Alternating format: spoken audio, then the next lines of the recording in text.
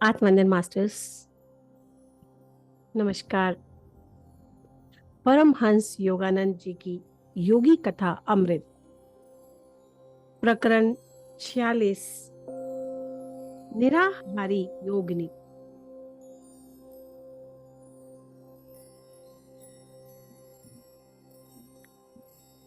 सभी मास्टर्स की ब्लेसिंग्स लेते हुए इस स्वाध्याय को शुरू करते हैं।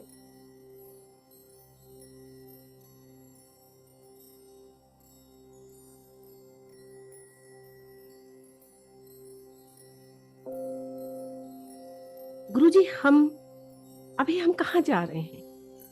श्री राइट फोर्ड चला रहे थे हमारी, और उन्होंने उत्सुकता से चमकती अपनी आंखें सड़क से हटाकर एक पल के लिए प्रश्नार्थक दृष्टि से मेरी ओर देखते हुए पूछा।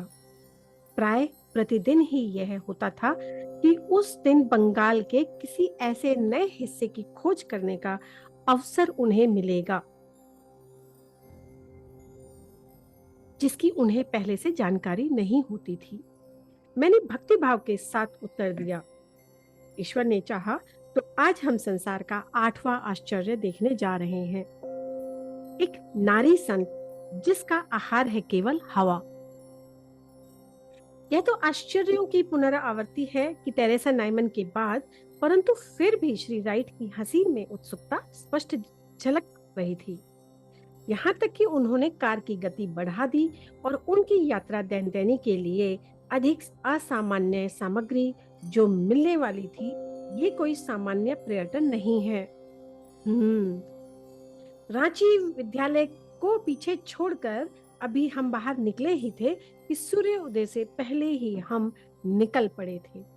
मेरे और मेरे सचिव के अतिरिक्त मेरे 3 बंगाली मित्र कार में हमारे साथ थे और सुबह की उस अत्यंत आहारदक प्राकृतिक मदिरा रूपी हवा का हम खूब पान कर रहे थे। श्री राइट भोर में ही बाहर निकलने वाले ग्रामीणों और धीरे धीरे चलने वाली 2 पहियों की बैलगाड़ियों के बीच से सावधानी पूर्वक कार चला रहे थे, क्योंकि गाड़ियों में जुते हुए बैल अपने रास्ते में हस्तक्षेप करने वाले इस भोंपूबाज दखल अंदाज को रास्ता देने के विचार में नहीं लग रहे थे। गुरुजी, इस निराहारी संत के बारे में हम अधिक जानना चाहते हैं। मैंने उन्हें बताया, उनका नाम गिरिबाला है। उनके अनेक वर्षों पूर्व स्थिति लाल नंदी नाम के एक विद्वान सज्जन से मुझे उनके बारे में जानकारी मिली थी। स्थिति बाबू प्राय मेरे भाई विष्णु को पढ़ाने के लिए हमारे गढ़पार रोड वाले घर में आया करते थे। स्थिति बाबू ने मुझे बताया था कि मैं गिरिबाला को अच्छी तरह से जानता हूँ। वे एक विशिष्ट योग प्रविधि का प्रयोग करती हैं और जिससे वे भोजन बिना रह सकती हैं। जब वे इच्छापुर के पास नवाबगंज में रहती थीं, तब मैं उनका पड़ोसी था। मैंने बहुत ध्यान से उनका निरीक्षण किया, पर कभी ऐसा कोई प्रमाण मुझे नहीं मिल सका कि खाती या पीती हो। आखिर मेरी उत्सुकता इतनी बढ़ गई कि मैं वर्धमान के महाराजा के पास जा पहुंचा। उनसे इसकी जांच करवाने का अनुरोध किया। कहानी सुनकर विस्मित हुए महाराज ने उन्हें अपने महल में आमंत्रित किया। वे परीक्षा के लिए तैयार हो गईं। महल के एक छोटे से तालाबंद हिस्से में 2 महीनों तक रही। फिर बाद में फिर से महल में आकर वे 20 दिन तक रही और उसके बाद फिर तीसरे परीक्षा के लिए 15 दिन तक रही। महाराज ने स्वयं मुझे बताया कि इन 3 उग्र परीक्षाओं से उन्हें विवाद अतीत रूप से विश्वास हो गया कि गिरिबाला पूर्ण निराहारी अवस्था में रहती हैं। अपनी कहानी समाप्त करते हुए मैंने कहा, स्थिति बाबू की यह कहानी 25 वर्षों से अधिक समय से मेरे मन में बैठी हुई है। अमेरिका में रहते हुए कभी कभी मैं सोचता था, इस योगिनी से मेरी मुलाकात हो पाने के पहले कहीं काल का प्रवाह मुझे निगल ना ले। अभी तो उनकी उम्र काफी हो गई होगी। मुझे तो यह भी नहीं पता कि वे जीवित भी हैं या नहीं, और यदि है तो कहाँ रहती हैं। किंतु अब कुछ ही घंटों में हम लोग पुरुलिया पहुंच जाएंगे और उनके भाई का घर है वहां। 10:30 बजे हम लोग उनके लंबोदर डे से बातचीत कर रहे थे। वे पुरुलिया में वकील हैं। हाँ, मेरी बहन जीवित है। कभी कभी वह यहाँ मेरे पास भी रहती हैं, परंतु अभी वह बीऊर में हमारे पारिवारिक घर में रह रही हैं। फोन की ओर सशंक दृष्टि से देखते हुए लंबोदर बाबू ने कहा, स्वामी जी, मुझे शक है कि कोई मोटर गाड़ी कभी ब्यूर जितने दूर अंदर तक गई होगी। अच्छा यही होगा कि आप सब बैलगाड़ी के झटकों के लिए तैयार हो जाएं। एक स्वर में हम सब ने रिटायर्ड के भूषण के प्रति अपनी निष्ठा व्यक्त की। मैंने वकील साहब को बताया, यह फोर्ड अमेरिका से आई है। उसे बंगाल के हृदय का परिचय प्राप्त करने के अवसर से वंचित करना उसके साथ बड़ा अन्याय होगा। लंबोदर बाबू ने हंसते हुए कहा, तब तो गणेश जी ही आपका मार्ग के सारे विघ्न दूर करेंगे। यदि आप वहां तक पहुंच ही गए तो गिरिबाला आपसे मिलकर निसंदेह बहुत खुश होगी। अभी वह 70 वर्ष की होने जा रही हैं, परंतु स्वास्थ्य वगैरह सब अच्छा है। मुझे यह बताइए साहब, क्या यह सच है कि वे कभी कुछ नहीं खाती? मैं सीधे उनकी आंखों में मन का भेद प्रकट करने वाली उन खिड़कियों में झांक रहा था। यह सच है। उनकी दृष्टि अविचलित थी और उसमें सच्चाई स्पष्ट दिखाई दे रही थी। 50 वर्षों से भी अधिक काल से मैंने उसे भोजन के एक कौर भी खाते नहीं देखा। यदि संसार का अंत अचानक सामने आ जाए तो भी मुझे उतना आश्चर्य नहीं होगा जितना अपनी बहन को कुछ खाते देखकर होगा। इन दोनों असाधारण घटनाओं की असंभाव्यता पर हम साथ साथ हंस पड़े।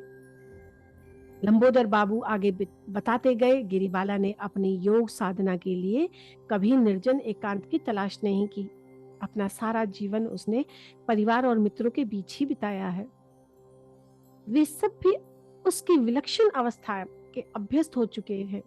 उनमें से एक भी ऐसा नहीं होगा जो गिरिबाला आदि यदि कभी अचानक कुछ खाने का निर्णय कर ले तो स्तंभित ना हो जाएगा। गिरिबाला स्वभावत ही ज्यादा मेल मिलाप नहीं रखती, जो एक हिंदू विधवा के लिए योग्य भी है, परंतु पुरुलिया और ब्यूर के लिए हमारे छोटे से समुदाय में सभी जानते हैं कि वह शब्दश अपवाद आत्मक स्त्री है। उनके हृदय की सच्चाई शब्दों में व्यक्त हो रही थी। हम लोगों ने हृदय से उनका धन्यवाद किया और ब्यूर की ओर चल पड़े। हम लोग रास्ते में पूरी सब्जी खाने के लिए एक छोटे से होटल में रुके।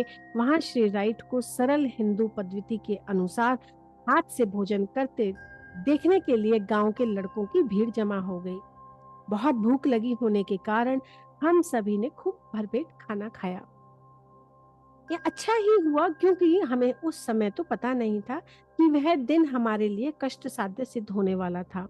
हमारा रास्ता अब दहकती धूप में तप्त धान खेतों में से होते हुए पूर्व की ओर बंगाल की वर्धमान क्षेत्र में बढ़ रहा था। घने वृक्ष कुंजों के बीच से जाते रास्ते पर हम आगे बढ़े जा रहे थे। वृक्षों की विशाल छातों के समान शाखाओं के बीच से मैनाओं के और बुलबुलों के गीत झरते हुए आ रहे थे। बीच बीच से मैनाओं के और बुलबुलों के गीत, जो बैलगाड़ी भी रास्ते में मिल जाती और उसकी धुरी और लोहे का चटपटा चढ़े लकड़ी के पहियों में रिनी रिनी मंजू मंजू ध्वनि शहरों की डामर की सड़कों पर चलने वाली गाड़ियों के पहियों की ध्वनियों के एकदम विपरीत और तीव्र लग रही थी। डिक, ठहरो। मैं इस आकस्मिक चिल्लाने का फोर्ड ने एक झटके के साथ विरोध किया। फलों से अत्यधिक लदा वह आम का पेड़ चिल्ला चिल्ला कर हमें बुला रहा है। अपनी धोतियां पहनकर नहाने के बाद सूखी धोती लपेटकर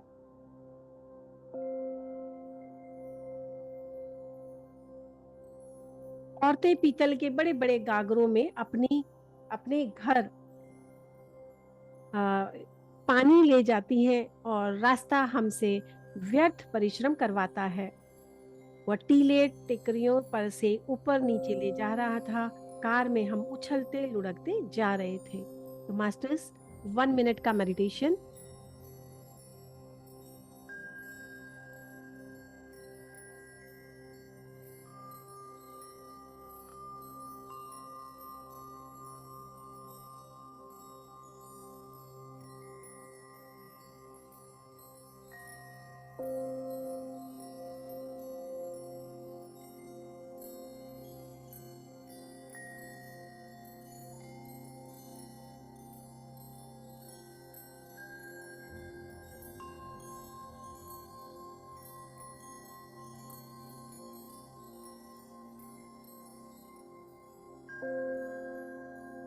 मास्टर्स ध्यान की अथक गहराई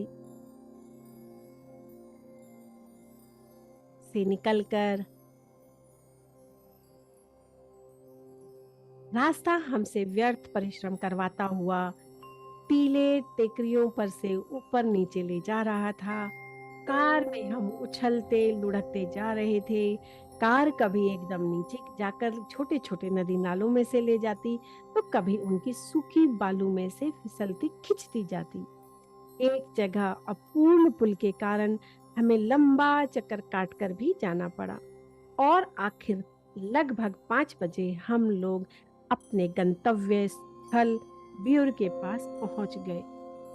बांकुरा जिले के भीतरी भाग में बसा, चारों ओर से घने जंगल के बीच में छिपा यह छोटा सा गांव बाहर के लोगों के लिए वर्षा के मौसम में दुर्गम बन जाता है। लोगों ने बताया कि तब नदी नाले प्रचंड वेग से बहने लगते हैं और रास्ते सांपों के विष की तरह कीचड़ उगलते हैं। बाहर खुले मैदान में स्थापित ग्राम देवता की पूजा कर घर लौट रहे लोगों के एक झुंड में से किसी को हमारे साथ आकर गिरिबाला का घर दिखाने के लिए जब हमने कहा, तो दर्जन भर अधनंगे बच्चे दोनों तरफ से गाड़ी पर चढ़ गए। रास्ता खजूरों की झुरमुट में से बसे मिट्टी के घरों की ओर जा रहा था, परंतु वहां तक पहुंचने के पहले एक स्थान पर फोर्ड खतरनाक हद तक टेढ़ी हो गई। फिर आगे जाकर जोर से ऊपर उछलकर नीचे गिरी और वह संकीर्ण रास्ता पेड़ों के और तालाबों के चक्कर लगाता हुआ टेकरियों के ऊपर से गड्ढों और बैलगाड़ी के गहरे धारा पथों में से जा रहा था। कार पहले एक झाड़ी में अटक गई, फिर मिट्टी के टीले पर और जमीन में धंस गई, जहां से उसे मिट्टी के ढेले डाल डाल कर निकाला गया। धीरे धीरे सावधानी से हम आगे आगे बढ़ते जा रहे थे। अचानक सामने ठीक रास्ते पर झाड़ झंकाड़ का एक ढेर पड़ा होने से रास्ता ही बंद हो गया। हमें एक ढलान युक्त विशाल पत्थर के नीचे जाते हुए एक सूखे तालाब में उतरना पड़ा, जिससे बाहर आने के लिए कुछ जमीन छीलनी पड़ी।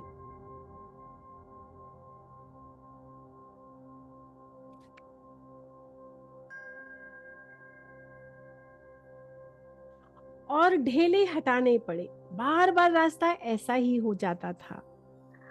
लगता था आगे जाना असंभव है, परंतु तीर्थ यात्रा तो पूरी होनी ही चाहिए। कुछ लड़कों ने अपने फावड़े लाकर रास्ते की सारी बाधाओं को हटा दिया। गणेश जी की कृपा और सैकड़ों बच्चे तथा उनके माता पिता दूर से देखते रहे। इसके बाद बैलगाड़ी के अति प्राचीन से लगने वाले धारा पथ से हम धीरे धीरे आगे सरकने लगे। औरतें अपनी झोपड़ियों के दरवाजों में से आंखें फाड़ फाड़ कर देख रही थी।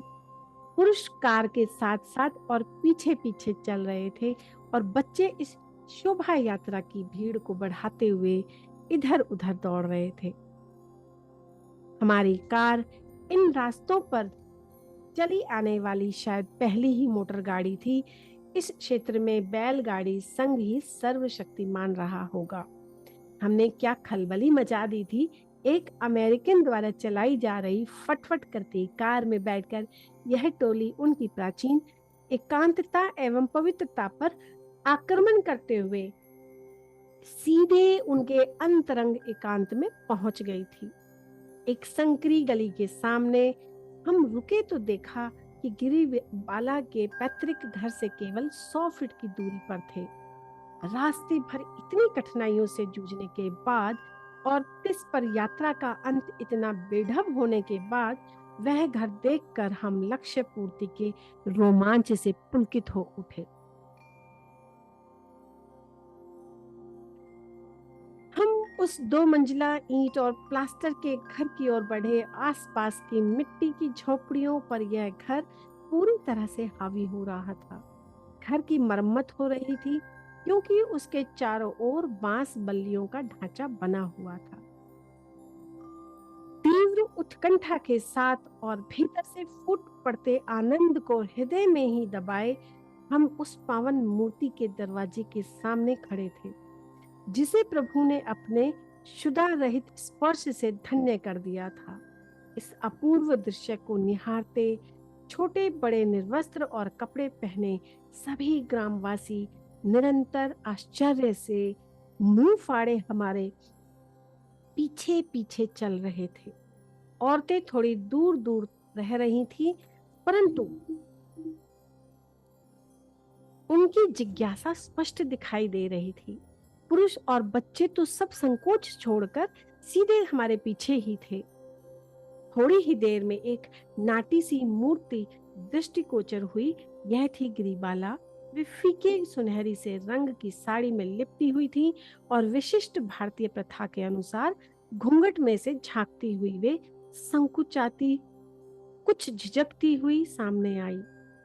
घूंघट की छाया में उनकी आंखें तप्त अंगारों के समान तेजस्वी लग रही थी। दया एवं आत्मज्ञान उनके चेहरे पर स्पष्ट झलक रहा था। किसी भी ऐहिक आसक्ति का वहां लवलेश नहीं था। ऐसे पवित्र चेहरे का दर्शन कर हम मुग्ध हो उठे। शालीनता पूर्वक वे हमारे पास आई और उन्होंने हमें अपने कैमरों से अनेक स्थिर फोटो एवं चलचित्र लेने की मौन सहमति दे दी। मुद्रा की बैठने की मुद्रा में परिवर्तन और प्रकाश की व्यवस्था आदि फोटोग्राफी और प्रक्रियाओं के दौरान वे शांत मन से कुछ संकोच के साथ बैठी रहीं।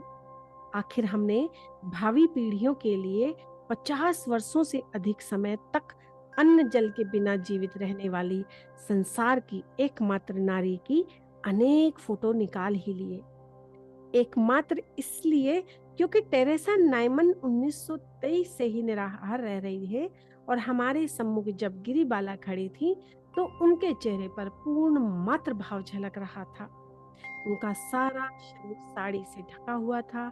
आंखें नीचे की ओर झुकाए उनका चेहरा, उनके हाथ, उनके छोटे छोटे पैरों के अतिरिक्त उनके शरीर का कोई भी हिस्सा दिखाई नहीं देता था। अपूर्व शांति से युक्त भोला चेहरा, चौड़ा बच्चों का सा दिखता मुंह, नारी सुलभ सुडोल नासिका, छोटी तेजस्वी आंखें और शांत मुस्कान। गिरिबाला के बारे में श्री राइट की जो धारणा है वही मेरी भी है। आध्यात्मिकता भी उनकी चमकदार साड़ी की तरह ही उनसे लिपटी हुई थी। साधु सन्यासियों को प्रणाम करने की गृहस्थों के प्रति के प्रथा के अनुसार उन्होंने मुझे प्रणाम किया और उनकी सरल मधुरता और शांत मुस्कान ने हमारा मधु मिश्रित शब्दों में के आडंबर से कहीं अधिक हार्दिक स्वागत किया। यात्रा की सारी कठिनाइयां और थकावट एक पल में हमारे दिमाग से निकल गई। गिरिबाला बरामदे में पालती मारकर बैठ गई और वार्धक्य के चिन्ह तो उनके चेहरे शरीर पर दृष्टिगोचर हो रहे थे, पर उनकी काया क्षीण नहीं थी। उनकी सांवली त्वचा साफ और स्वस्थ थी। मैंने बांग्ला भाषा में बोलना प्रारंभ किया। माँ, 25 वर्षों से अधिक समय से मैं इस तीर्थ यात्रा के लिए उत्सुक था। मैंने स्थिति लाल नंदी बाबू से आपके पुनीत जीवन के बारे में सुना था। उन्होंने सहमति दर्शक सिर हिलाते हुए कहा, हाँ हाँ, नवाबगंज के इस बीच में 7 समुद्रों के पार चला गया था, परंतु आपके दर्शन करने का विचार मेरे मन से कभी नहीं निकला। आप यहाँ अज्ञात रहकर जो भव्य लीला कर रही हैं, उस आंतरिक दिव्य आहार को सदियों से भूल चुके जगत के सामने प्रकट किया जाना चाहिए। 1 मिनट के लिए उन्होंने आंखें ऊपर उठाई और शांत उत्सुकता के साथ वे मुस्कुरा रही थी। वे सब तो बाबा ही जाने, उन्होंने नम्रता के साथ कहा। उन्होंने मेरी बात का बुरा नहीं माना और इसी की मुझे खुशी थी, क्योंकि प्रसिद्धि के विचार पर योगियों और योगिनियों की क्या प्रतिक्रिया होगी यह कभी कहा नहीं जा सकता। साधारणतः वे प्रसिद्धि से दूर ही रहते हैं, क्योंकि लोगों से दूर रहकर एकांत में गहरा आत्म अनुसंधान करने की ही उनकी इच्छा होती है। जब जिज्ञासु लोगों की भलाई के लिए उनके जीवन को खुलेआम प्रदर्शित करने का समय आता है, तब उन्हें अपने अंतर में उसका संदेश मिल जाता है। मैंने कहा, माँ, मैं अभी जो प्रश्नों का बोझ आपके ऊपर डालने वाला हूँ, उसके लिए मुझे क्षमा कीजिए। जिन प्रश्नों के उत्तर आपको देने में खुशी होगी, वही प्रश्न मैं करूंगा।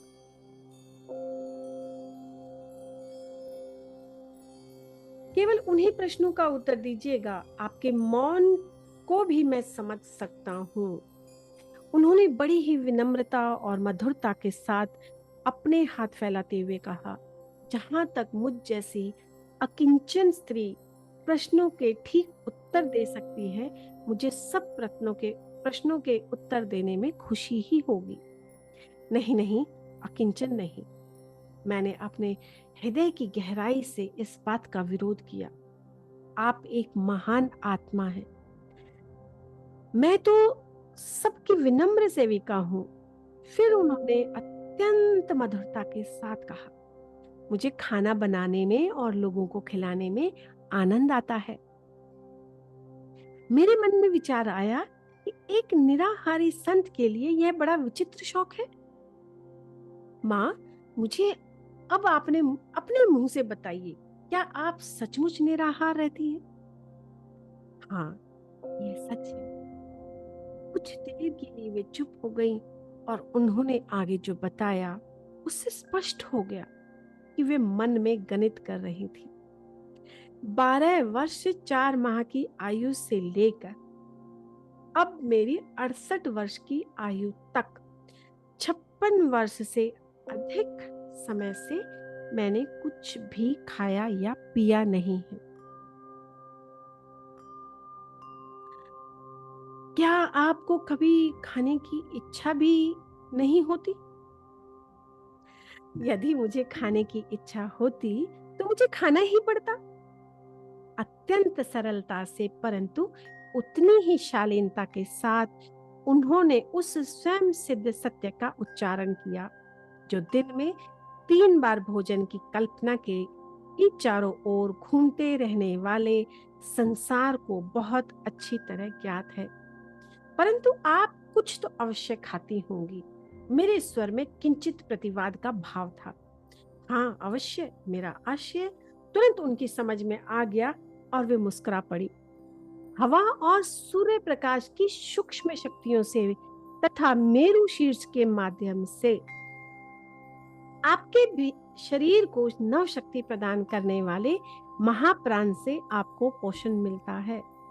बाबा सब जानते हैं। अपने शांत और किसी बात पर जोर न देने के ढंग से उन्होंने पुनः स्वीकार किया। माँ, अपने आरंभिक जीवन के बारे में कुछ बताइए। पूरे भारत को और यहाँ तक कि समुद्र पार रहने वाले हमारे भाई बहनों को भी उसके बारे में जानने की गहरी इच्छा होगी। अब गिरिबाला अपने मित भाषण के स्वभाव को एक ओर हटाकर खुलकर वार्तालाप करने की मनस्थिति में आ गई। ठीक है, सुनिए। उनकी आवाज सौम्य परंतु दृढ़ थी। मेरा जन्म इसी वन्य क्षेत्र में हुआ था। मेरे बचपन के बारे में बताने लायक कुछ नहीं है, सिवाय इसके कि मुझे सदा ही भयंकर भूख लगी रहती थी और मेरी भूख कभी शांत नहीं होती थी। जब मैं लगभग 9 वर्ष की थी तब मेरी सगाई हो गई और मेरी प्राय मुझे चेतावनी दिया करती थी, बेटी, खाने की इच्छा पर नियंत्रण करने का प्रयत्न कर। जब विवाह हो जाने के बाद तुझे अपने पति के घर में अनजान लोगों के बीच रहना पड़ेगा, तब यदि तू खाने के में ही सारा समय बिताती रही तो वे लोग क्या सोचेंगे? जिस बात का माँ को डर था वही हुआ। मैं नवाबगंज में अपने पति के घर रहने गई तो मेरी उम्र केवल 12 वर्ष की थी।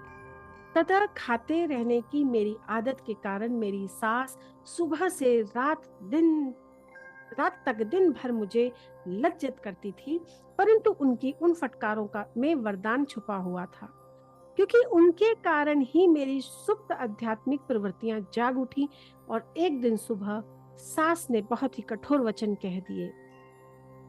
मैंने भी झल्ला कर कहा, मैं शीघ्र ही आपको दिखा दूंगी कि जब तक मैं जीवित रहूंगी तब तक अन्न का स्पर्श नहीं करूंगी।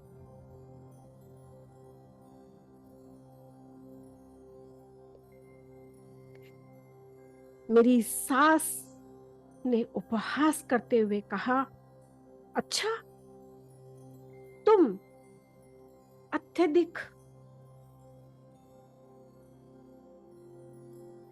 खाए बिना नहीं रह सकती, ज्यादा दिन खाए बिना नहीं रह सकती, तब तक अन्न का स्पर्श नहीं करूंगी, मैं देखती हूं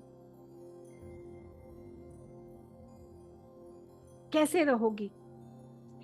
इस बात का मेरे पास कोई उत्तर नहीं था, फिर भी एक वज्र संकल्प मेरे मन में घुस गया था। एकांत स्थान में जाकर मैं उत्कट प्रार्थना करने लगी। प्रभु, मैं अनवरत प्रार्थना कर रही थी, मेरे पास एक ऐसा गुरु भेजिए जो मुझे अन्न के बदले आपके प्रकाश से जीवित रहना सिखा सके। अत्यानंद के साथ साथ एक तंद्रा सी मुझ पर छा गई और उस तंद्रा में मैं नवाबगंज के गंगा घाट की ओर चल पड़ी। रास्ते में मेरे ससुराल के पुरोहित से मेरी मुलाकात हो गई। मैंने उस पर पूर्ण विश्वास रखते हुए उनसे कहा, महाराज, कृपा करके मुझे निराहार जीवित रहने के लिए कोई उपाय बताएं। वे मेरी ओर देखते ही रह गए। आखिर सांत्वनादायक स्वर में उन्होंने कहा, बेटी, आज शाम मंदिर में आ जाओ, मैं तुम्हारे लिए एक विशेष वैदिक अनुष्ठान करूंगा।